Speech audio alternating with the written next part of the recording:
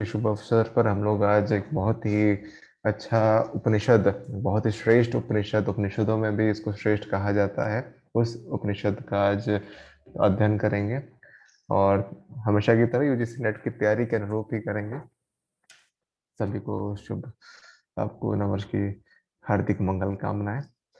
तो मैं यहाँ से स्क्रीन शेयर करता हूँ और होपफुली आप लोग जो लोग आज हैं वो बाकी और भी आपकी एक्टिविटीज रहेंगे। नववर्ष का ये क्रम है तो हर जगह अलग क्रम होता है, तो कोई बात नहीं। जितना हो पाता है रिकॉर्डिंग है, मैं इसको शेयर कर दूंगा तो और भी लोग जो है वो उसको देख पाएंगे। तो कठोपनिषद है ना, मैं एक बार किताब खोल लेता हूँ। पीडीएफ वैसे मैंने ग्रुप में भी शेयर कर दी है। और आप लोगों को ये एक योग ज्ञान परियोजना जो है उसके अंतर्गत भी जो एक चैनल बना हुआ है आपके टेलीग्राम पे, वहां पर भी आपको ये मिल जाएगी, तो आप वहां से भी प्राप्त कर सकते हैं इसको। कठोपनिषद, हाँ, बस एक मिनट। और ये कठोपनिषद बहुत ही श्रेष्ठ माना गया है, ईश कीन कठ है ना, तो इसको उपनिषदों में भी श्रेष्ठ कहा ही गया है। लेकिन ये क्यों कहा गया है इसको आज हम लोग थोड़ा सा समझेंगे, और जो परिप्रेक्ष्य है जिसके हिसाब से हम लोग को पढ़ना है उसको ध्यान में रखते हुए आज हम लोग इसका अध्ययन भी करेंगे। एक बार मैं स्क्रीन शेयर कर रहा हूँ, आप मुझे बताइए स्क्रीन दिख रहा है ये? चलिए, बढ़िया। आप लोगों को स्क्रीन शेयर हो रही है, यस नो करके बता दीजिए। सर मैं मोबाइल से भी, हाँ चलिए बढ़िया, धन्यवाद धन्यवाद राहुल, धन्यवाद साधु। चलिए, तो कठोपनिषद है। तो कठोपनिषद जैसे कि हर एक उपनिषद का अपना एक महत्व होता है, और उनका जो नामकरण होता है या तो उनके जो मंत्र हैं उनमें किसी तरह की शुरुआत में इस तरह की चीजें रहती हैं, या शुरुआत में जिस तरह से उसका शुरुआत हो रही होती है क्रम, उसके अनुसार नामकरण रखा जाता है, या तो जो ऋषि होते हैं उनके अनुसार इसको नामकरण किया जाता है। तो अगर इसको देखें तो आप जैसा कि देख पा भी रहे होंगे इसमें कि जो यह उपनिषद है इसको कृष्ण यजुर्वेद की कट शाखा से लिया गया है। तो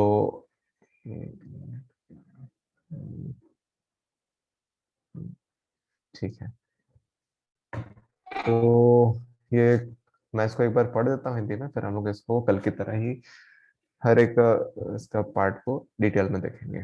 तो यह कठोपनिषद, यह उपनिषद कृष्ण यजुर्वेद की कट शाखा के अंतर्गत है। इसमें 2 अध्याय हैं तथा प्रत्येक में 3 3 वल्लियां हैं, जिनमें वाजश्रवा के पुत्र नचिकेता और यम के बीच हुए संवाद का सुप्रसिद्ध उपाख्यान है। वाजश्रवा ने यज्ञ की दक्षिणा में निरर्थक वस्तुओं का दान करके दान की चिन्ह पूजा करनी चाहिए। उनके पुत्र नचिकेता ने पिता को यथार्थ बोध कराने के लिए बार बार पूछा कि आप मुझे किसको प्रदान करेंगे। पिता ने खींच कर उन्हें यम को दान करने की बात कही। नचिकेता यम से मिलते हैं, उन्हें प्रभावित कर लेते हैं। यम उन्हें 3 वरदान मांगने को कहते हैं। वे पहले वरदान में पिता की प्रसन्नता तथा अनुकूलता, दूसरे वर में स्वर्ग प्रदायिनी अग्नि विद्या मांगते हैं। यम उन्हें दोनों वर प्रदान करते हैं। तीसरे वर में नचिकेता आत्मविद्या जानना चाहते हैं। यम उन्हें प्रलोभन देकर विचलित करना चाहते हैं, किंतु नचिकेता अविचलित बने रहते हैं। इतना प्रकरण प्रथम अध्याय की प्रथम वल्ली में है। द्वितीय तृतीय वल्ली में यमदेव आत्मा परमात्मा संबंधी विविध पक्ष समझाते हैं। दूसरे अध्याय में परमेश्वर की प्राप्ति में बाधाएं, उनकी निवारण, हृदय प्रदेश में उनकी स्थिति का वर्णन है। परमात्मा की सर्वव्यापकता, संसार रूपी आश्वस्त का विवेचन, योग साधना तथा ईश्वर विश्वास एवं मोक्षादि का वर्णन है। अंत में ब्रह्म विद्या के प्रभाव से नचिकेता को ब्रह्म प्राप्ति होने का उल्लेख है। तो ये पूरा सार संक्षेप में जो पूरा इसका इस कठोपनिषद का एक सार है वो इसी में ही आपको मिल जाता है। एक वो कहानी की ही तरह दिखेगा तो ये चीज आपको याद भी रहेंगी। अब ये तो दे दिया गया इस तरह से, अब हम लोग इसको थोड़ा डिटेल में देखते हैं कि चीजें किस तरह से इस पूरे हमारे कठोपनिषद में वर्णित है। तो मैं वही स्क्रीन शेयर करता हूँ ताकि आप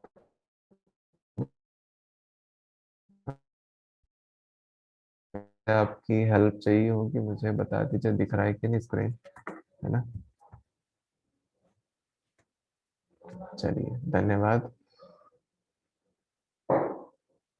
अब देखिए कठोपनिषद है ये, तो इसमें हम लोग हेडिंग डाल ही देते हैं। तो ये क्या है, एक मिनट। हम्म, ये क्या है, कठोपनिषद।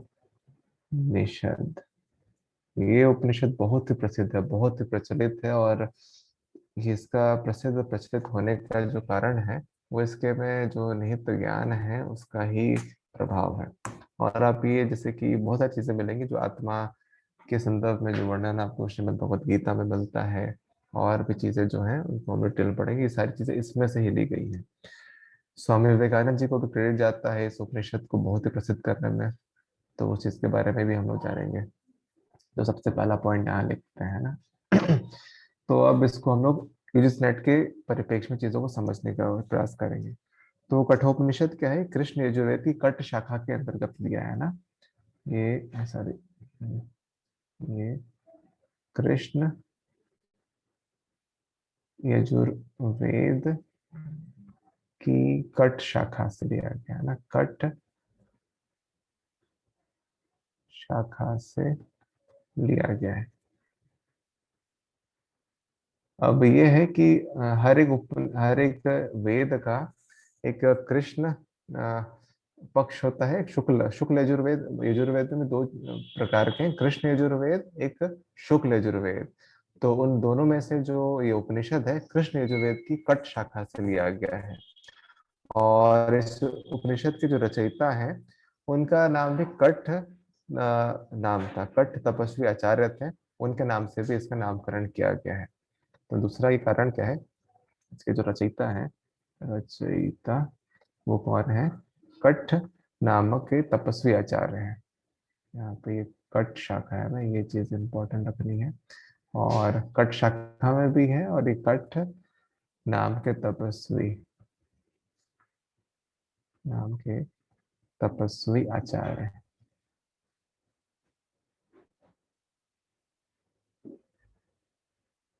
इनके नाम से ये कट शाखा पता चला। उसके बाद तीसरी चीज जो महत्व की है वो क्या है, कि इसमें अब इसको आप देखेंगे कि इसके अध्यायों का विभाजन किस तरह से है ना। इसमें दो अध्याय हैं, दो अध्याय हैं। एक प्रथम अध्याय कर लीजिए, और दूसरा है द्वितीय अध्याय, है ना, द्वितीय अध्याय। अब तीनों को ही दोनों को ही तीन तीन भागों में विभाजित किया गया है, और प्रत्येक विभाजन को क्या कहा गया है, वल्लियां। जो सब चैप्टर्स हो गए उनको क्या कहा गया है, वल्लियां कहा गया है। हाँ, तो ये क्या है, प्रथम प्रथम वल्ली, इसी तरह से ये द्वितीय वल्ली, और तीसरा क्या है, तृतीय वल्ली, है ना। तो इसी तरह से तृतीय वल्ली, है ना, ये आधा ला है। तो इसी तरह से दूसरे अध्याय में भी सेम चीज ही कहा गया है, प्रथम वल्ली, द्वितीय वल्ली, और तृतीय वल्ली। तो ये क्या है, इस पूरे कठोपनिषद का एक इंडेक्स आप समझ रहे हैं कि इसको तीन, हर एक दो अध्याय है, और प्रत्येक अध्याय को तीन वलियों में विभाजित किया गया है। अब इसकी जो कहानी है, जो आपने अभी चीजें जानी, कि इसमें जो ऋषि का नाम जो यहाँ पर दिया गया है वो कौन से ऋषि हैं, उनका ऋषि का नाम क्या है, ऋषि वाजश्रवा, वाजश्रवा।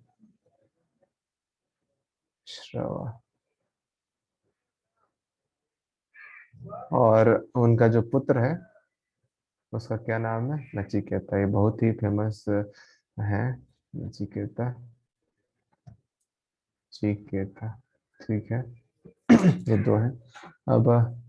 अब इसमें जो कन्वर्सेशन हुआ है जो उपनिषद में क्या है, हमेशा की भी हमेशा की तरह उसमें कन्वर्सेशन रहा हुआ है कि किसी के बीच में संवाद हमेशा स्थापित है। तो आप पहले वाले जो अध्याय है उसमें आप ये समझेंगे, जो प्रथम वल्लियां हैं वली है उसमें कि जो पुत्र है और पिता के बीच में एक तरह का संवाद है। दूसरे तीसरे जो उसके बाद के जितने भी सब चैप्टर्स और दूसरे अध्याय में चीजें देखेंगे तो वहां पर यम और नचिकेता के बीच में संवाद है। तो इस तरह से इसमें है। तो तो और दान किसको किया था इसमें, आपने वहां पढ़ा कि वाजश्रवा ने नचिकेता को दान किसको किया गया था, है ना। तो नचिकेता को दान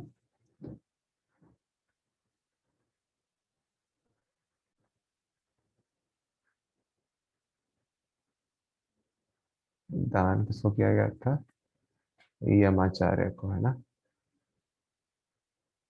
यमाचार्य, ठीक है।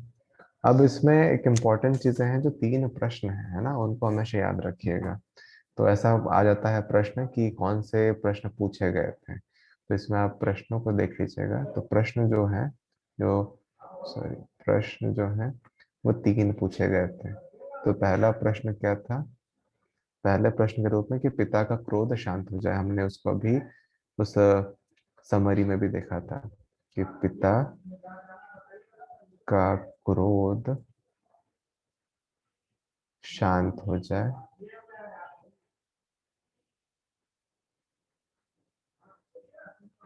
फिर दूसरा था कि स्वर्ग की अग्नि का स्वरूप जानना, यानी अग्नि विद्या है उसका इनको पता चला कि स्वर्ग क्या है, और स्वर्ग के विषय में इनको जानना था। तो स्वर्ग की अग्नि, है ना, इसको डिस्कस करेंगे डिटेल में कि स्वर्ग की अग्नि, ये प्रश्न में बहुत बार आता है कि स्वर्ग की अग्नि के रूप में पूछ लेते हैं कि स्वर्ग की अग्नि के विषय में कि उसका स्वरूप किसने किसको बताया था। तो ये प्रश्न आते हैं, तो ये चीज कठोपनिषद में है, इसको अग्नि विद्या के रूप में जाना भी जाता है। और जब ये आगे चलकर आप देखिएगा कि इसी को ही नचिकेताग्नि भी कहा जाता है। और तीसरा जो प्रश्न है वो मृत्यु के पश्चात, या मृत्यु के पश्चात क्या होता है, मृत्यु के बाद क्या होता है। और यही प्रश्न है जिसके अंतर्गत जो दूसरा अध्याय है प्रलोभन है, वो सारी चीजें आती हैं। और उसमें हमारे जो हीरो हैं यहाँ के नचिकेता, वो किस तरह से उनको परास्त करते हैं, सारे प्रलोभनों को दूर करते हैं, उनको कोई प्रलोभन नहीं चाहिए होता है। तो आप इसमें ये चीज भैया समझिएगा। भैया ये स्क्रीन थोड़ा सा नीचे कर दीजिए, मुझे स्क्रीनशॉट लेना था पहले से। हाँ, अच्छा ओके ओके, अच्छा, थैंक यू थैंक यू। मैं कर देता हूँ ना आपको और इस थोड़ा सा तरह। नीचे। हाँ, हाँ, ठीक। ओके ओके, थैंक ठीक यू। है। हम्म, ठीक है। चलिए, यहाँ तक आपको समझ में आ गया। अब ये तीन प्रश्न है, अब इनके से ही चीजें आगे चलती हैं। अब क्या है कि हम लोग इसको अपने इस कठोपनिषद को अब अपने यूजनेट के हिसाब से जो चीजें हैं उससे समझते हैं। सबसे पहले कहानी तो आपको समझ में आ गई है कि जो सबसे पहले पिता और पुत्र के बीच में संवाद है, वाजश्रवा ऋषि और उनका पुत्र नचिकेता के बीच में संवाद है। और एक यज्ञ की वहां पर यज्ञ का आयोजन वहां पर हुआ था। इस आयोजन में एक दान करना होता है, अपने प्रिय वस्तु को दान किया जाता है। तो वहां पर ऋषि वाजश्रवा गायों को दान कर रहे थे। तो पुत्र क्योंकि वो छोटा है, तो उसके जो समझ में जो चीजें दिख रही थी, कि उसके समझ में तो ये चीजें थी कि जो गायें होती हैं, जो दुधारू गाय होती हैं, वही सबसे श्रेष्ठ गाय होती है। और उसके ही बुद्धि के अनुरूप उसने पूछा पिता से कि पिता, आप तो ये बूढ़ी गाय दे रहे हैं, आपको तो अच्छी गाय जो दूधारू गाय होती थी, जो आराम से दूध दे, अच्छे से जवान हो, उन गाय को देना चाहिए था।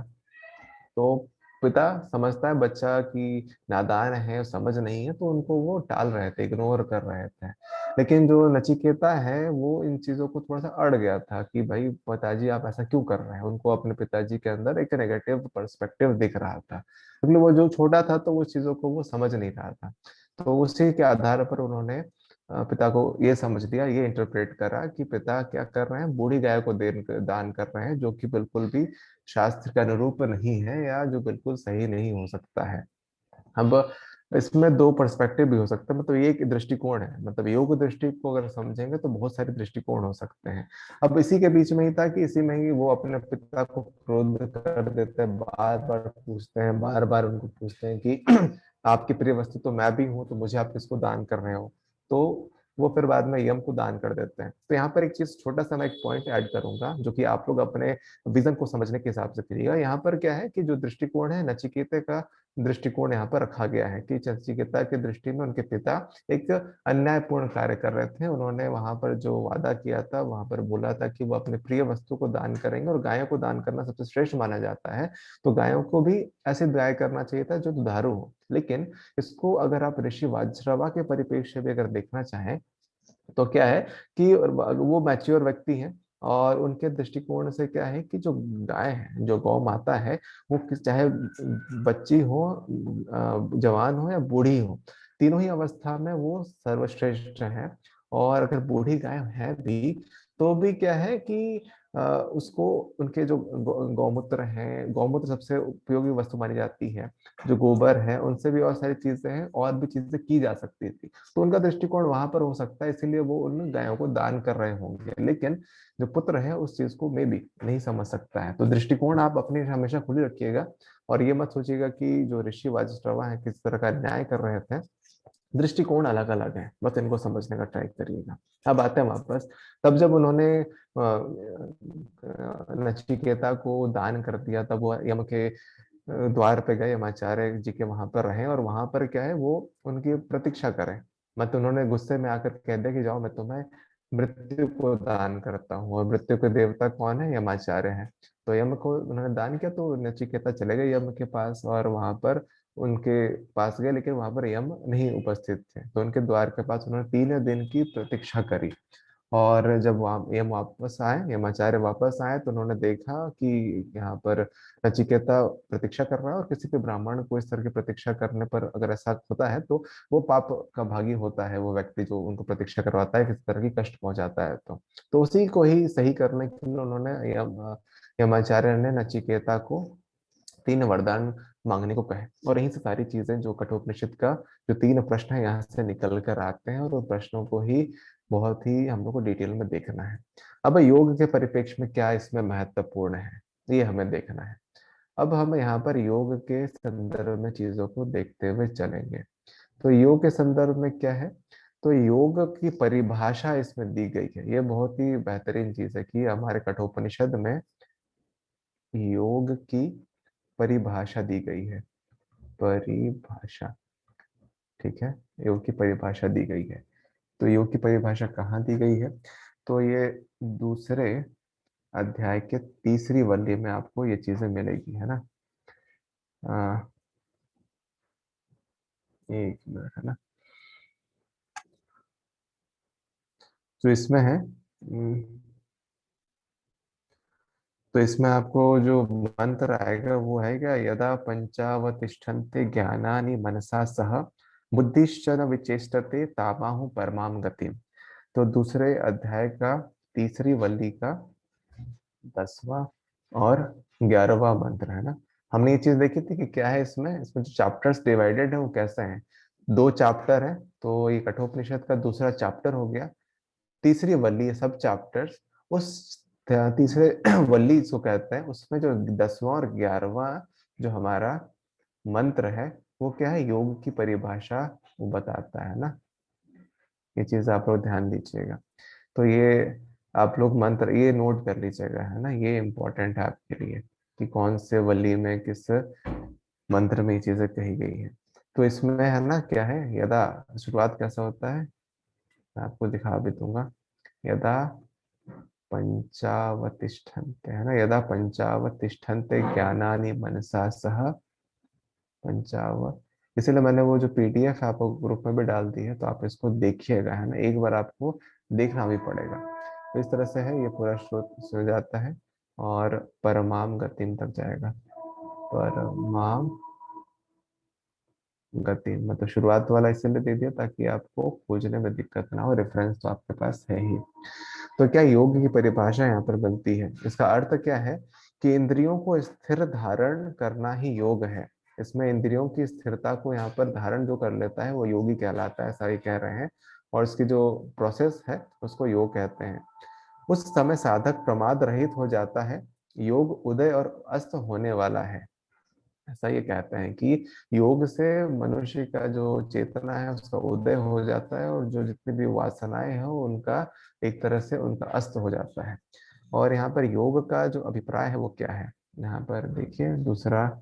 अब ये रेफरेंसेस आप लोग नोट करिए, है ना, ताकि आपको खोजने में सुविधा रहे। तो दूसरे अध्याय का तीसरी जो वली है उसका 15वां, है ना, मतलब 15वां जो मंत्र है उसमें है।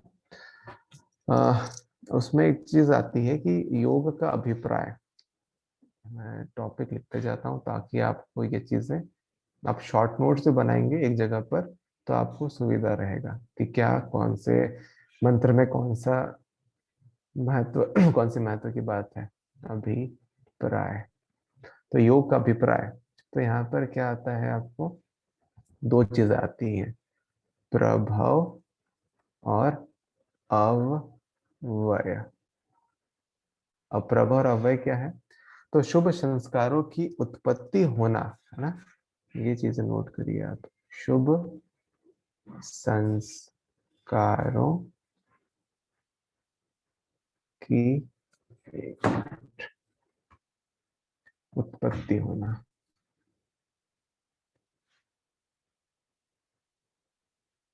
उत्पत्ति होना प्रभाव कहलाता है। और अशुभ संस्कारों का विनाश क्या कहलाता है, अव्यय कहलाता है। ये इम्पोर्टेंट है ना, ये आपके प्रश्न आ सकते हैं ये दोनों ही तरह से, और इसके प्रश्न आए हुए भी बहुत बार। अब जो हमारी रेफरेंस है इसका और क्या, इसका अगर इसको एक्सप्लेन करें तो क्या मंत्र है, तो मंत्र में जो मंत्र का भाव मैं बता देता हूँ, जो हिंदी में इसका जो अर्थ है कि जब हृदय की संपूर्ण ग्रंथियां भली भांति खुल जाती हैं तब वह मरण धर्मा मनुष्य इसी शरीर में अमर हो जाता है। बस इतना ही सनातन उपदेश है। मतलब बहुत ही कम शब्दों में इन्होंने बात को रख दी। यहाँ पर यमाचार्य ही अपने शिष्य को, वहां पर ये शिष्य बना चुके होते हैं नचिकेता को, कि वहां पर उसमें या योग के अभिप्राय के बारे में बता रहे हैं कि क्या है कि जब हृदय की संपूर्ण ग्रंथियां भली भांति खुल जाती हैं तब वह मरण धर्मा मनुष्य इसी शरीर में अमर हो जाता है। यानी जो मरने वाला, इस जो मनुष्य क्या है, मॉर्टल है, यानी कि वो मरेगा ही, जीवन है तो मृत्यु भी होगी ही। लेकिन जब वह इस ज्ञान को प्राप्त कर लेता है, जब योग को अपना लेता है, शुभ संस्कारों की उत्पत्ति कर लेता है और अशुभ संस्कारों का विनाश कर लेता है, तब उसके शरीर जो है वो उसी शरीर में ही अमर हो जाता है। तो ये बहुत बड़ी बात कही गई है, मतलब इस पर चिंतन मनन किया जाएगा तो इसी पर ही अनेक एक लेक्चर हो सकता है, ऐसी बातें कही गई है। ठीक है, तो ये बात वहां पर रखी गई है। अब इसके बाद जो चीजें महत्व की यहाँ पर बताई जा रही हैं वो आत्मा का स्वरूप हम लोग पढ़ेंगे। ठीक है, यहाँ पर इतनी चीजें हैं। ठीक है, अब तीसरी चीज क्या है, आत्मा का स्वरूप, इसको अलग से ही करते हैं।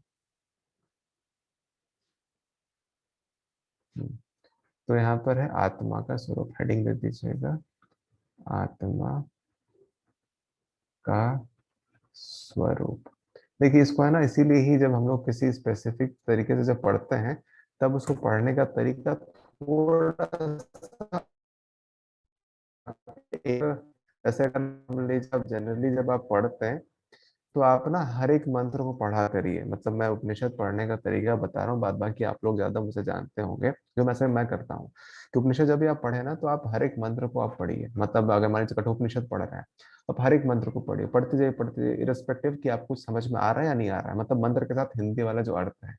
जहां पर कोई भी एक मंत्र और उसका जो आप उसका अर्थ पढ़ेंगे तो वो कोई ना कोई एक मंत्र होगा जो आपको क्लिक करेगा, तो वो आपके काम की चीजें हैं या काम का मंत्र है आपका, तो आप उसको पर चिंतन मनन कर सकते हैं, उस पर सोच विचार कर सकते हैं।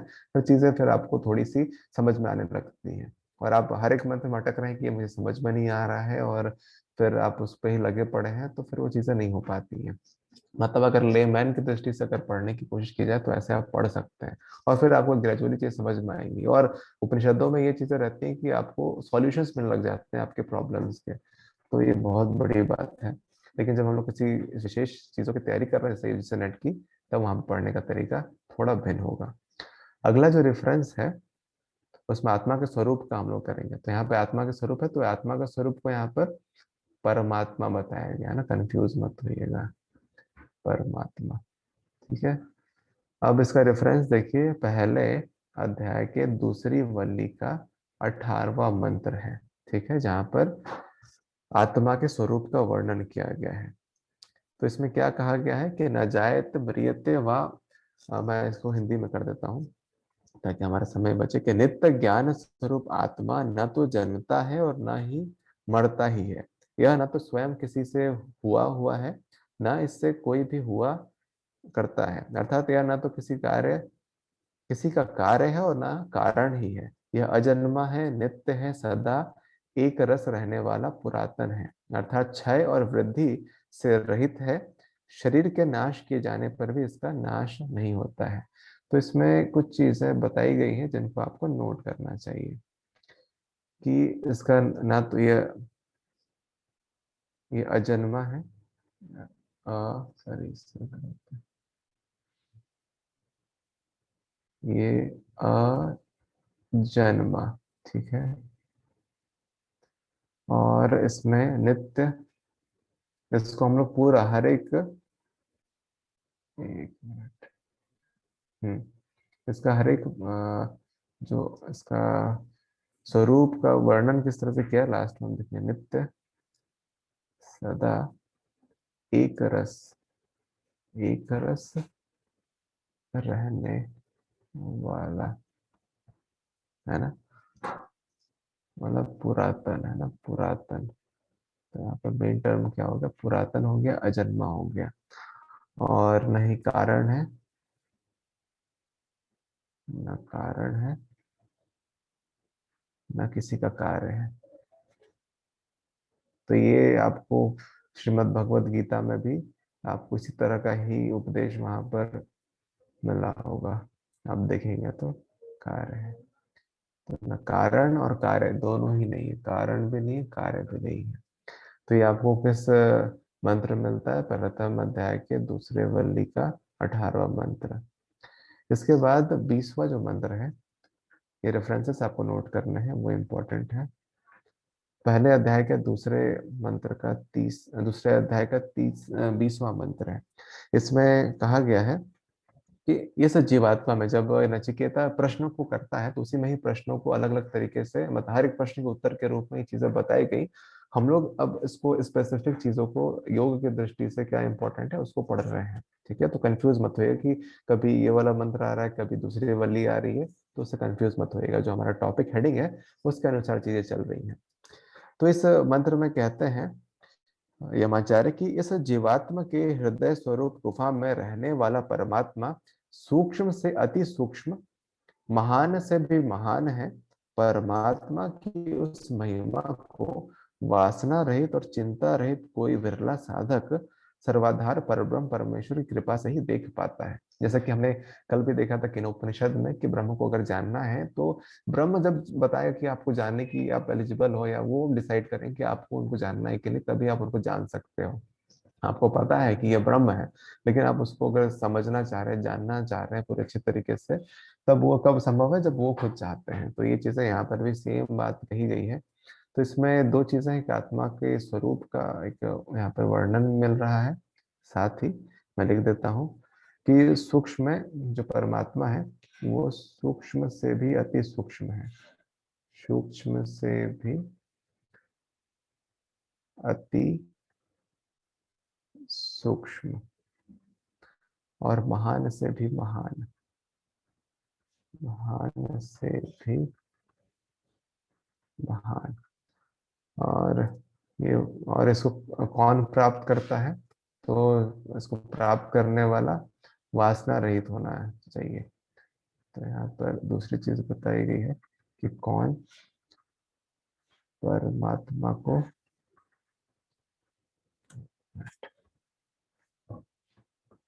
कौन परमात्मा को प्राप्त कर सकता है?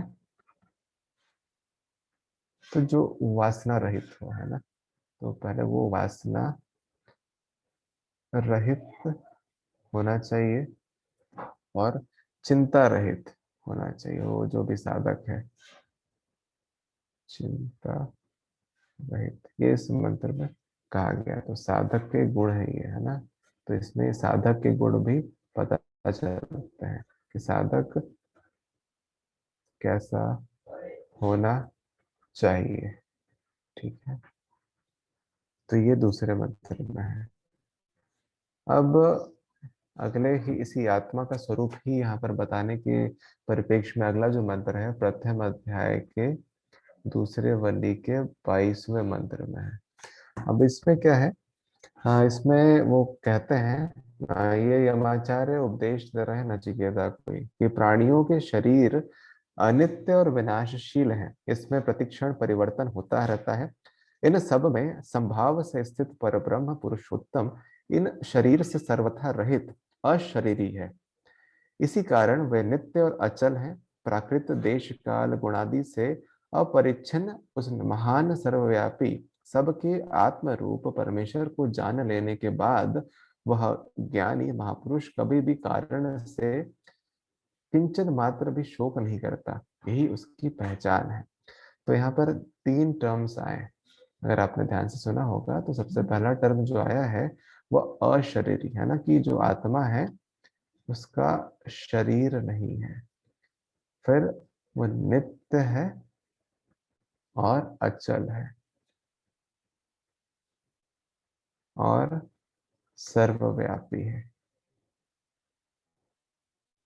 सर्वव्यापी,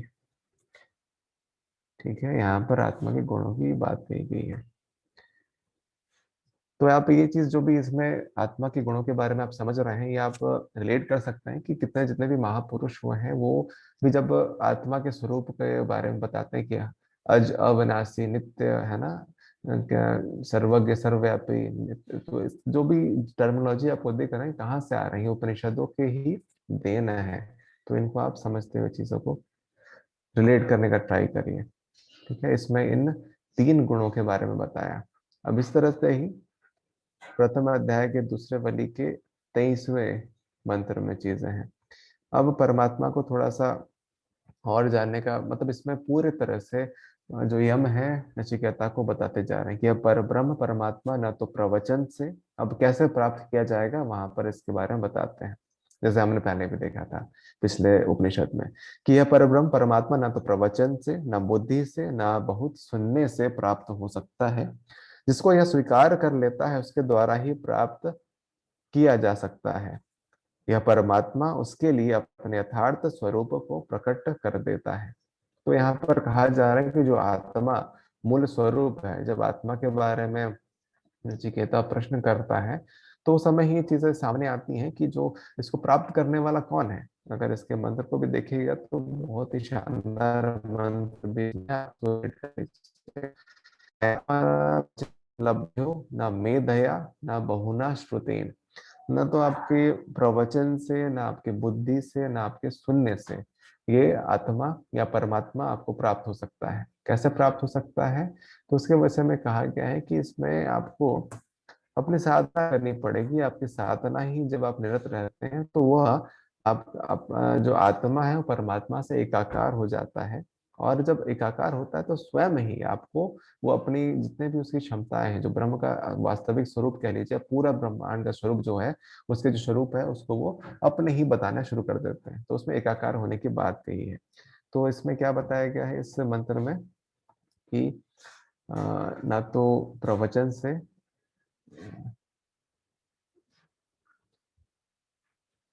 प्रवचन, बुद्धि, बुद्धि और प्रवचन करने से, ना बुद्धि से और ना सुनने से, इनसे आपको परमात्मा या जो ब्रह्म है वो प्राप्त नहीं हो सकता है। तो कैसे हो सकता है? जब आत्मा परमात्मा से एकाकार होती है, एकाकार होती है, तब क्या है, जो परमात्मा है, या जो यहाँ पर परमात्मा शब्द का प्रयोग किया गया है, तो वो अपने जो गुण है अपने अपने बारे में व्यक्त कर देता है। तो किसके द्वारा होता है? साधना के द्वारा, है ना, योग साधना। तो इसीलिए योग मतलब आप समझ रहे हैं कि हमेशा से अगर कोई पूछे कि योग क्या है ना, तो जब आपको ये बताएं कि आसन ही है या प्राणायाम ही है, तो हमेशा याद रखें कि जीवन शैली ही है। तो योग हमेशा शास्त्रों में जीवन शैली के रूप में ही बताया गया है। साधनात्मक जितनी भी क्रियाएं रही हैं वो योग के ही परिप्रेक्ष्य में ही रही हुई है। अब इसमें अब जो मुख्य रूप है, अब यहाँ पर आपको एक बहुत ही इंपॉर्टेंट चीज हम आपको बताने वाले हैं, जो कि आपको रिलेट करना है, और जो प्रश्न आते हैं जो आत्मा के स्वरूप को ही हम लोग यहाँ पे जान रहे हैं। तो प्रथम अध्याय के तीसरे वल्ली के तीसरे मंत्र में इसमें क्या बताया गया है? जो आपको श्रीमद् गीता में आत्मा का स्वरूप बताया गया है कि आत्मा किस तरह से है, तो उसको ही यहाँ पे सेम चीज रिपीट करी गई है। तो ये पहले है। तो आप समझ सकते हैं कि जो भगवान श्री कृष्ण ने जो उपदेश दिया है, तो वो जो उपदेश है कहीं ना कहीं वेदों से ही लिया गया है, जो सार इसका है उपनिषदों में हमें मिलता है। तो इसमें कहते हैं नचिकेता को यमाचार्य कि हे नचिकेता, तुम जीवात्मा को तो रथ का स्वामी, उसमें बैठकर चलने वाला समझकर समझो, और शरीर को ही रथ समझो, तथा बुद्धि को सारथी, उस रथ को चलाने वाला समझो, और मन को ही लगाम समझो। इस तरह का उपदेश वो करते हैं। और चौथे वाले मंत्र में, है ना, चौथे वाले मंत्र में उन्होंने एक इसका डिस्क्रिप्शन दिया है कि किसको आप आत्मा कहिएगा, किसको आप रथी कहिएगा, और किसको सारथी कहिएगा। तो ये मैं नोट करा देता हूँ आपको एक एक करके कि कौन किसको क्या कहा गया है।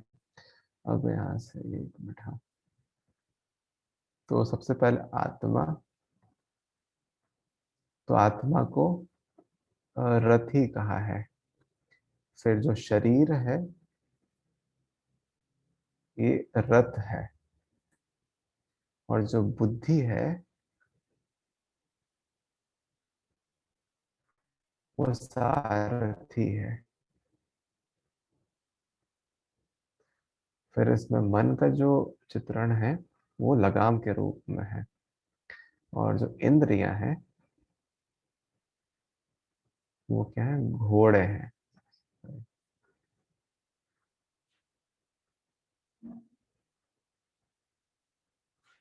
घोड़े हैं।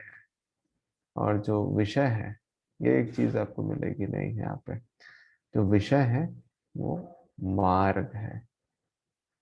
ठीक है, तो आप रेड कर सकते हैं श्रीमद् भगवद गीता के उस अध्यायों के साथ में। इसके बाद अब ये कंटिन्यूटी यहाँ से ही योग जो हमारा आत्मा के स्वरूप का चित्रण है यहाँ से और आगे बढ़ाते हैं वो, और बताते हैं। और आप ये जान लीजिए, जब ये कन्वर्सेशन चल रहा होता है तो पहले दो प्रश्नों के जवाब में वो हमेशा उसको, जो नचिकेता को यमाचार्य आसानी से उपदेश कर देते हैं कि ये चीजें हैं। लेकिन जब वो मृत्यु के रहस्य के बारे में जानना, समझना और उसकी चीजों को विस्तृत रूप से जानने की इच्छा रख रहे थे, तब उस समय यमाचार्य उनको बहुत सारे प्रलोभन दिए, इतने सारे दिए उनको, 1000 वर्षों की आयु भी प्रदान करने के लिए बोल दिया। उनको कहा कि आपको जो पूरे संसार पृथ्वी में एक मनुष्य को जो दुर्लभ होता है, जो दुर्लभ से दुर्लभ व्यक्ति ही इसको प्राप्त कर सकते हैं, वह चीज हम आपको दे देते हैं। हाँ, तो उसमें चीजें क्या है कि वो चीजें उनको दी गई, प्रलोभन की दी गई। यहाँ पे कुछ प्रश्न था जो मैं अभी चैट बॉक्स पे देख पा रहा था। यहाँ पर क्या, सर नचिकेता की एज क्या थी? हाँ देखिए, 7 वर्ष है, तो उसी तरह की एज थी, वो अल्पायु में ही था, 10 के नीचे का ही वो बालक था, 7 वर्ष की एज की ही उसकी आयु थी। तो ये चीजें आप लोग है देख लीजिएगा। तो ठीक है, तो इसमें वही चीजें थी, तो प्रलोभन उसको बहुत सारे दिए गए थे, और प्रलोभनों से जब वो उनको भी पार कर गए, मतलब इतने सारे प्रलोभन से कोई मनुष्य शायद ही बच पाता है, लेकिन उन प्रलोभन से भी वो बच गए थे। और उसके बाद यमाचार्य को यह अनुभव हुआ कि इनके बराबर कोई शिष्य उनको नहीं मिल सकता है, और नचिकेता को भी ये समझ में आ गया कि यम से बेहतर शिक्षक उनको नहीं मिल सकता है जो कि उनको आत्मा के बारे में ज्यादा बता सके, या जो मृत्यु के बाद क्या होता है उसके विषय में उनको जानकारी दे सके। तो यहाँ पर दोनों ही एक रिलेशन स्टेब्लिश हो गया था कि शिष्य और गुरु का। फिर ये सारे कन्वर्सेशन जो शुरू होते हैं उन्हीं के ही बारे में यहाँ पर चर्चा होती रहती है, दूसरे अध्याय में ये और आगे चलती है। तो प्रथम अध्याय के तीसरे वल्ली के पांचवें और छठे मंत्र में आप देखिए, तो इसमें जो है इसमें कहा जो जाता है वो मैं आपको बताता हूँ। जो विज्ञानवान है उसके वश में इंद्रियां रहती हैं, और जो अविज्ञानवान है या अविवेकवान है उसके वश में इंद्रियां नहीं रहती है। यहाँ पर विवेकवान, दूसरे रंग से कर देते हैं इसको, यहाँ पे विवेकवान और अविवेकवान, इन दो कैटेगरी के साधक कह लीजिए या व्यक्तियों के बारे में उन्होंने बात रखी है। विवेकवान क्या है? इंद्रियों पर नियंत्रण रहता है। मतलब यहाँ पे एलिजिबिलिटी क्राइटेरिया को बताने का ट्राई कर रहे हैं कि अगर आपको तो विवेकवान बनने पड़ेगा। विवेकवान कैसा होता है? इंद्रियों को नियंत्रण में रखता है, इंद्रियों को वश में रखता है, ठीक है। और अविवेकवान बस इसका ऑपोजिट हो गया कि इंद्रियों को, जो इंद्रियों के अधीन हो, इंद्रियों के अधीन हो, है ना, स्पेलिंग थोड़ा अधीन ऐसे होता है, इधर से होगा, ठीक है, इंद्रियों के अधीन रहता है। तो ये चीजें इसमें बताई गई हैं। अब इसके बाद जब यह प्रश्न आया तब जो हमारे यमाचार्य हैं वो इंद्रियों के बारे में फिर बताते हैं। मतलब ये चीजें, मतलब आप जब खुद से स्वाध्याय की तरह में इसको पढ़ेंगे तब इतना ये मजेदार लगता है और इतना आनंद आता है। मतलब सोच रहे हैं हर एक चीजों को एक्सप्लेन करते जा रहे हैं, और ये कन्वर्सेशन इतना शानदार है कि आपको अगर जब इसको सिर्फ स्वाध्याय क्रम में पढ़िएगा तो बहुत आनंद आएगा। तो इसको जो इसमें बात रखी गई उसको मैं सार संक्षेप में बताता हूँ कि इंद्रियों को किस विषय से उन्होंने बताने का प्रयास किया है। अब उन्होंने कहा क्या है, अब इसको थोड़ा ध्यानपूर्वक देखिएगा। ये एक चार्ट में छोटा सा बता देता हूँ। इंद्रिय है ना, हाँ इंद्रियां हो गई, फिर यहाँ पे अर्थ, इसको हम लोग विषय कहेंगे, फिर मन, फिर आप बुद्धि है ना, थोड़ा सा बुद्धि, मैंने इसको छोटा कर दिया, मन बुद्धि।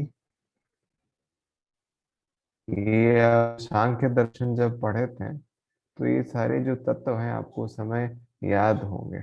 सेम ही तत्व को रिलेट करा गया है। महत्व तत्व हो गया, उसके बाद अव्यक्त, हाँ अव्यक्त, ये जो तत्व हैं ये इंपॉर्टेंट है। अब इसी से ही किस तरह से जो इंद्रियां हैं वो रिलेट करके बताई गई हैं। आप ये चीज जानते ही हैं, बाद बाकी इसको मैं, क्या हो रहा है, अव्यक्त, ये अव्यक्त है, ये टाइप लिखा नहीं रहा, अव्यक्त। इसके बाद क्या है कि पुरुष, मतलब हमने क्या किया, बस डिक्रीजिंग ऑर्डर में हम लोग चलते चले गए। आप अगर इसको थोड़ा सा अंदाजा लगा पा रहे होंगे कि क्या है, इंद्रिया किसके अधीन है, विषय के अधीन है, विषय किसके अधीन है, मन के अधीन है, मन किसके अधीन है, बुद्धि के अधीन है, बुद्धि किससे कंट्रोल होता है, महत्व, है ना, बुद्धि तत्व ही है ये भी, है ना, जो डिसीजन मेकिंग करता है। अब वो अव्यक्त से है, और अव्यक्त को आप जो महत्व तत्व को आप यहाँ पर प्रकृति भी समझ सकते हैं ना। जो अव्यक्त है, यानी कि अव्यक्त को आप, इसके अंदर विकार नहीं होता है, विकार रहित। अब ये क्या है, ये किससे प्रभावित होता है या किससे कंट्रोल होता है, पुरुष से। अब पुरुष यहाँ पर जो है यही आत्मा है। तो एक इंडिविजुअल के बारे में यहाँ पर बता दिया गया है कि आपके अंदर जो आत्मा है वो पुरुष का एक अंश है, उसमें जो विकार रहित तत्व है उसी से ही आपका एक जो पूरा पंच भौतिक शरीर है या जो आपका संरचना है वो प्रकृति जो है उसके तहत में हो जाता है। इसको महत्व तत्व कह दिया इन्होंने। और उसी से ही बुद्धि अपने वास्तविक स्वरूप को लेकर आती है और बुद्धि का अपना एग्जिस्टेंस होता है। और बुद्धि के बाद फिर मन अपने एग्जिस्टेंस में आता है। मतलब यहाँ पर देख रहे हैं जो मेन तत्व है, जो जिस चीज से चीजें बनी है, हाँ। आपका जो मूलभूत स्वरूप है। हेलो सर, हाँ जी एक बोलिए। थोड़ा सा डाउट था मेरा। ये महत तत्व को हाँ अहंकार बोला जाता है, ऐसे हमने सांख्य दर्शन में सुना था। तो जी जी प्रकृति जी। और पुरुष अलग अलग है, हाँ महत हाँ। तत्व में नहीं नहीं मैं, अहंकार आता है। हाँ, बिल्कुल बिल्कुल मैं आपको बता रहा था भाई। तो ओके, प्रकृति का ये जो है ना सॉरी मतलब, if I have disturb you, कोई सॉरी। बात, कोई बात नहीं। देखिए आपने सही बोला, मैं इस चीज को भी एक्सप्लेन करता ही। जैसे क्या है ना, मैं वही बता रहा था अभी। तो महत्व अहंकार तत्व है, तो प्रकृति का जो पहला विकार होता है ना। तो ये वही है। लेकिन यहाँ पर जो हमारे यमाचार हैं उन्होंने इसी तरह से इसको बताने का प्रयास किया गया। और महत्व बिल्कुल सही आप है। मतलब इस तरह से क्लासिफिकेशन अगर आप उसको पढ़ेंगे तो इस तरह से उन्होंने उसका एक तरीका बताया, प्रोसेस बताया है। जो सांख्य दर्शन में सेम चीज ही आती है, उसी तरह से यहाँ पर भी इसका वर्णन किया गया है। ठीक है। तो ये चीजें एक सेकंड, इसमें अर्थ का मतलब क्या ऑब्जेक्ट है, ऑब्जेक्ट्स? नहीं नहीं, अर्थ का मतलब विषय, यानी कि जो स्टिमुलस है आपके, है ना। मान लीजिए आंखों के लिए क्या है, आंखों के लिए देखना हो जाता है दृश्य, तो जो केवल दृश्य। दृश्य हो गया है। तो पंच तन मात्राएं जो आती हैं तो वो ऑब्जेक्ट ही उनको, हो गए मतलब, जी जी, जो विषय हो गया, ऑब्जेक्ट हो विषय सकते यानी हैं, कि हाँ। इससे रिलेटेड हो गया। अब कान से क्या सुनेंगे आप, है ना। हाँ हाँ। तो ओके, शब्द स्पर्श रूप रस गंध पंच तन मात्राएं यहाँ पर आती तन्मात्राएं, हैं। ओके। थैंक यू, तन थैंक यू। मात्राओं को यहाँ पर आप ले सकते हैं। ठीक है। तो ये क्या है आपके, हाँ, इस तरह से पूरा है। तो प्रकृति आत्मा का मुख्य रूप से आत्मा का अपना एग्जिस्टेंस है, वही मेन तत्व है जिसके लिए कार्य करना है, किसको, शरीर को। लेकिन जो शरीर है उसमें इंद्रियां होती है, मतलब शरीर को आप इंद्रियों से कंसिडर करें। लेकिन जब ये शरीर के साथ में आत्मा को रिलेट करा गया, लेकिन उसके बीच में इतने सारे प्रोसेस होते हैं। उसमें आपका महत्व तत्व भी आ गया, बुद्धि तत्व भी आ गया, मन भी आ गया, और विषय वासनाएं जो भी हैं विषय उसमें आ गए। अब क्या है, अब इसमें से जो मन है, बुद्धि है, और जो महत्व तत्व ले लीजिए, मन और बुद्धि को मुख्य रूप से ले लीजिए। ये क्या है, इनका अपना एग्जिस्टेंस होता है। और ये क्या है, अपने आप को अलग एंटिटी के रूप में कार्य करने के लिए एलिजिबल होते, कर सकते हैं। तो क्या होता है कि वो अपने आप को या तो मन ही समझने लगता है, जो शरीर है यहाँ पर, जो इंद्रियां हैं कंफ्यूज हो जाती हैं कि शरीर क्या है, हम क्या है, हम या तो मन है या तो बुद्धि है। तो वो अपने वास्तविक स्वरूप को भूल जाता है। तो यहाँ पर यमाचार्य नचिकेता को बता रहे हैं कि ये सारी चीजें क्या है, ये आपके शरीर के निर्माण के लिए है, कार्य करने के लिए है। लेकिन वास्तविक जो आपका मुख्य जो कार्य करने के लिए शरीर जिसको दिया गया है वो किसके लिए, आत्मा के लिए है। तो आपको कंट्रोल होता है, तो आपको धीरे धीरे जो योग साधना का जो पक्ष है वहां पर वो बताने का प्रयास करते हैं कि जो आपका योग साधना के बल पर आप अपने मन को नियंत्रित करें, बुद्धि को नियंत्रित करें, तब उससे आप एक लक्ष्य में अपने आप को लेकर जाएं, जिसे हमें पुरुष या आत्मा कहते हैं। तो ये मुख्य रूप से यहाँ बताने का प्रयास किया। ठीक है। तो ये चीज है यहाँ पर थी। अब इसके बाद एक और चीज जो यहाँ पर हम लोग देखेंगे, आत्मा के स्वरूप का ही यहाँ पर वर्णन है, जो कि आपको यहाँ से नोट करना चाहिए, बहुत ही इंपॉर्टेंट है। बीबीआई में भी आप लिख सकते हैं, वेरी वेरी इंपॉर्टेंट। प्रथम अध्याय का तीसरे वल्ली का 14वां श्लोक। आपने एक मंत्र सुना होगा कि उत्तिष्ठत जागृत प्राप्य वरानी बोधत, है ना।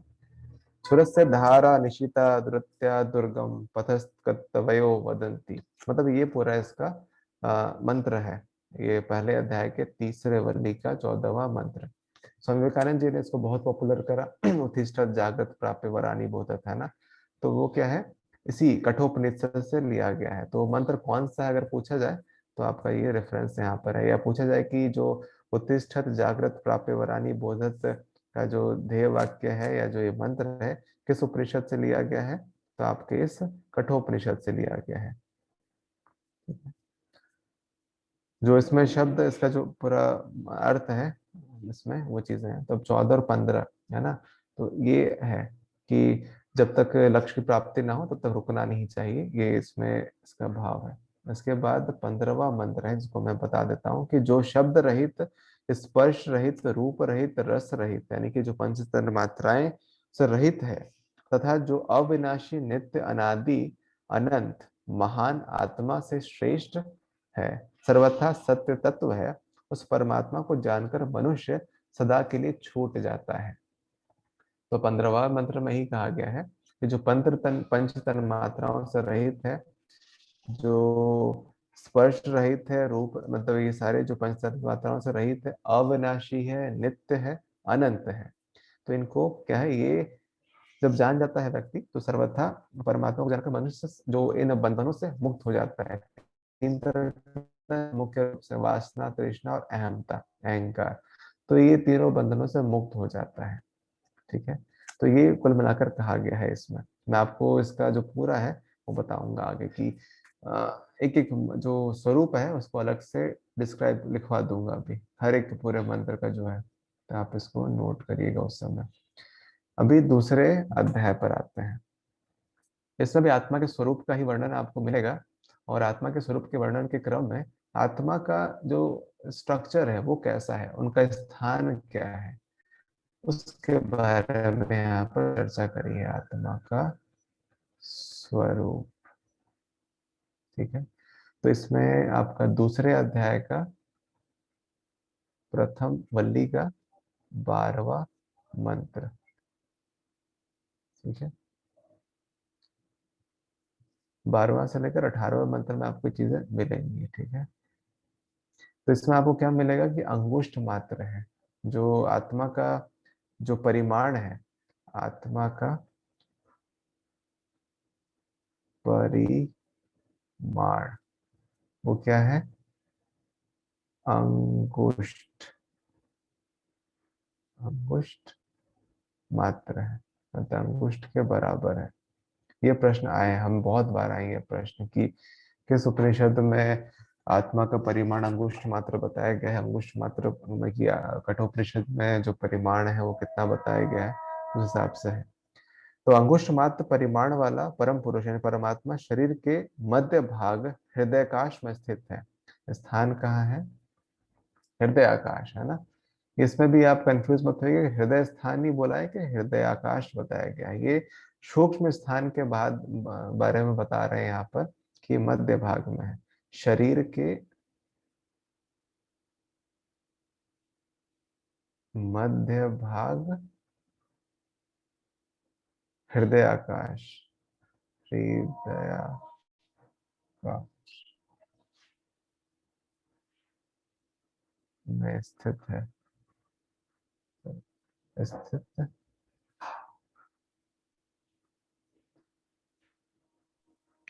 इन्होंने सूक्ष्म शरीर की ही बात की है ना। हाँ, लेकिन हम लोग इसको मुख्य रूप से ये कहा, ऐसे डायरेक्टली नहीं कहा है, लेकिन जो इसके एक्सप्लेनेशन जिन्होंने भी करा है अभी तक में, तो उसमें यही पाया गया है कि जो इसको आप सिर्फ जब हम लोग चक्रों की बात कर रहे हैं, आत्मा को आप क्या इस फिजिकल बॉडी में तो ये पूरी तरह से ही होंगे, लेकिन वो स्थूल सूक्ष्म कारण शरीर के रूप में हम लोग समझते हैं।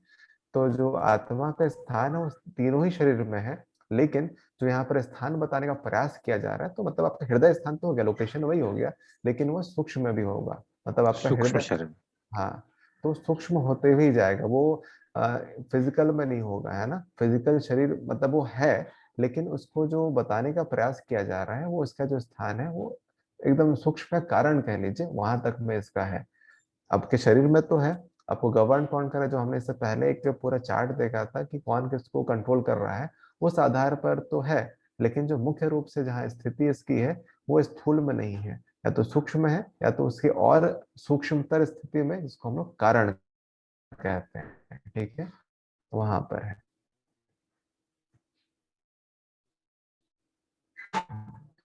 तो ये आपका क्या है, ये आत्मा के स्वरूप को यहाँ पर बताने का प्रयास किया है। अब आत्मा के स्वरूप को समझते हुए भी अब आपको यहाँ पर ये देखना है कि अब आपकी आत्मा में की जो आत्मा है उसको किस तरह से और व्याख्या किया गया है, तो मैं उस टर्म्स को आपको बताता हूँ। मतलब ये जो है, ये जो हेलो मंत्र है इसको मैं एक बार पढ़ के बताता हूँ। जी बोलिए। सर, एक कंफ्यूजन है सॉरी मैं बीच में हाँ डिस्टर्ब नहीं कर रहा। प्लीज बताइए। सर ये जो आपने हमें बताया था, विवेकवान वाला इंद्रियों के वश में और अविवेकवान वाला इंद्रियों के अधीन। सर वश में होना और अधीन होना, इसमें थोड़ा कंफ्यूजन है। आई थिंक तो दोनों का सेम ही अर्थ निकलता है। हाँ हाँ, थोड़ा मेरे को कंफ्यूजन है इसमें, ओके थोड़ा आप ओके, क्लियर कर सकते हैं? अच्छा ठीक है, हाँ शायद मैं स्लिप कर गया, मैं एक बार उसी पेज पे आता हूँ। हम्म, हाँ ठीक है, मैं यहाँ पर बताता हूँ ना, मतलब मैंने यहाँ पर पूरा वाक्य नहीं लिखा, आपको दिख रहा है स्क्रीन ना। हम्म, हाँ जी तो सर, यहाँ हाँ जी पर दिख रहा देखिए, इंद्रियों को वश में करने वाला, ठीक है, जो विवेकवान होता है वो क्या करता है, इंद्रियों को अपने वश में करने वाला होता है, ठीक है। और अविवेकवान क्या है, इंद्रियों के अधीन होने वाला, यानी कि क्या है, जो इंद्रियों के वश में है, ठीक है। यहाँ पर क्या है, इंद्रियों को वश में कर रहा है, यहाँ पर इंद्रियों के वश में है। यहाँ पर अधीन का मतलब हो गया इंद्रियों के अधीन है, कंट्रोल यहाँ पर इंद्रियां कर रही हैं। यहाँ पे सुपीरियर कौन है, इंद्रियां हैं। यहाँ पे करने वाला सुपीरियर है, विवेकवान सुपीरियर है ऊपर में, यहाँ पर इंद्रियों के कंट्रोल में व्यक्ति है, ठीक है। है। ओ, थोड़ा ठीक है सर, थैंक यू सर। ठीक है, तो इसको मैं एक बार पढ़ के बता देता हूँ कि इस जो मंत्र में क्या कहा गया है,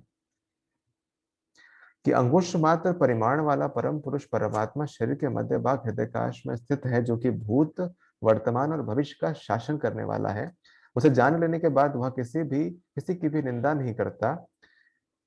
यही है वह परमात्मा जिसके विषय में तुमने पूछा था। मतलब यहाँ पर जो नचिकेता को उपदेश करते हुए वो बताते हैं, वो पूछ रहा था ना कि कौन है आत्मा का स्वरूप बताइए, जन्म जन्म मृत्यु के विषय में बताइए, तो ये वहां पर वो बताते हैं।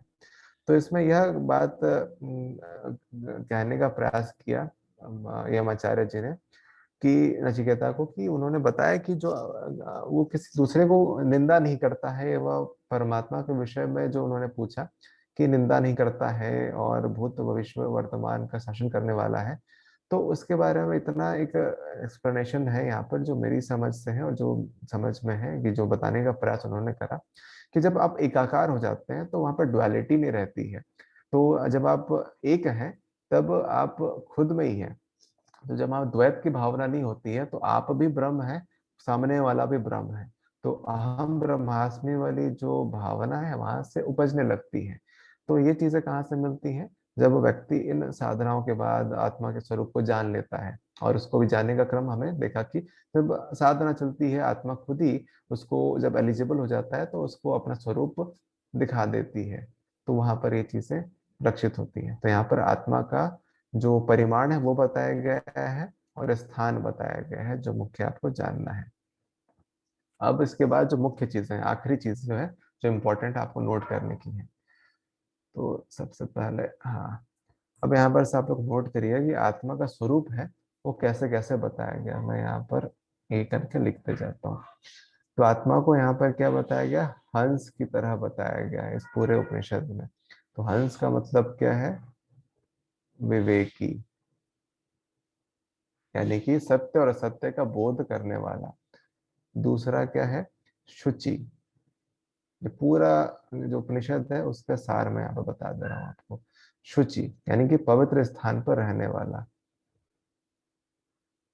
पवित्र स्थान पर रहने वाला। तीसरा है वसु, यानी कि वास करने वाला।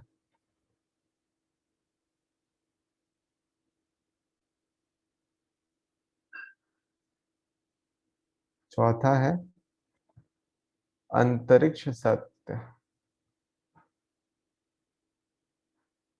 अंतरिक्ष सत्य। तो रिक्त स्थान, सॉरी, वास करने वाला हो गया, रिक्त स्थान पर वास करने वाला, रिक्त स्थान पर वास करने वाला। पांचवा क्या है, होता, मतलब आपने जब यज्ञ वगैरह करते हैं तब आप इसके बारे में जानते हैं। त्रिनचिकेता अग्नि की उपासना करें, मतलब ये चीजें है ना। यहाँ पर जो आत्मा के सुख के विषय में जो चीजें बताई गई हैं उसका यहाँ पर वर्णन है कि वो एक सारे संक्षेप में क्या क्या चीजें हैं। तो होता क्या है वहां पर, जब नचिकेता ने आत्मा के स्वरूप के बारे में पूछा था, और वहां पर नचिकेता अग्नि, वहां पर जो ब्रह्म अग्नि के बारे में बात करी थी, तब उस समय उसका जो ज्ञान था जो यमाचार्य ने नचिकेता को बता दिया, उसने उस नचिकेता ने वापस उसको एज इट इज सुना दिया जैसे यमाचार्य ने उसको सुनाया था। तो इससे खुश होकर उन्होंने उसको उस विद्या को, अग्नि विद्या जो थी, जो अग्नि विद्या ब्रह्म विद्या जो थी, उसका नामकरण क्या कर दिया, नचिकेता अग्नि की नाम से उसको नामांकन कर दिया। तो उसको क्या कहते हैं, होता त्रिनचिकेता अग्नि, इसकी उपासना करने को कहा। फिर द्रोण सत्य, द्रोण सत्य यानी कि शरीर में रहने वाला।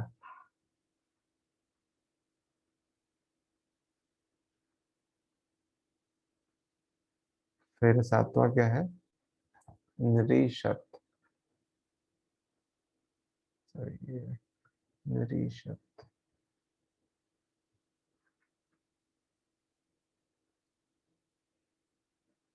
नृशत, ठीक है।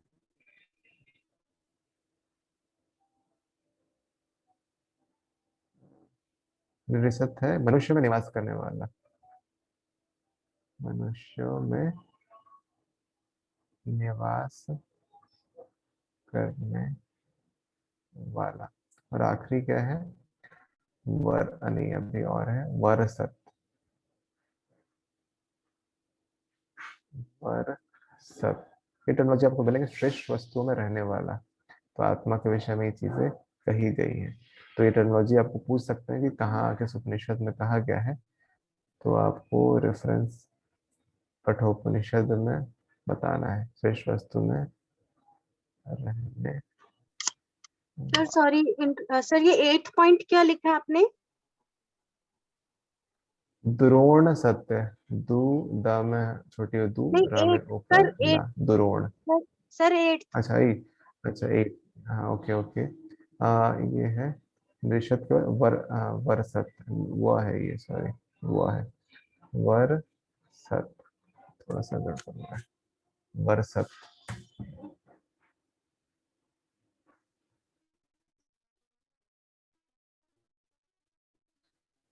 सही कहा, और क्या है, मैं और दो लिख देता हूँ यहाँ पे, क्या है, रित सत,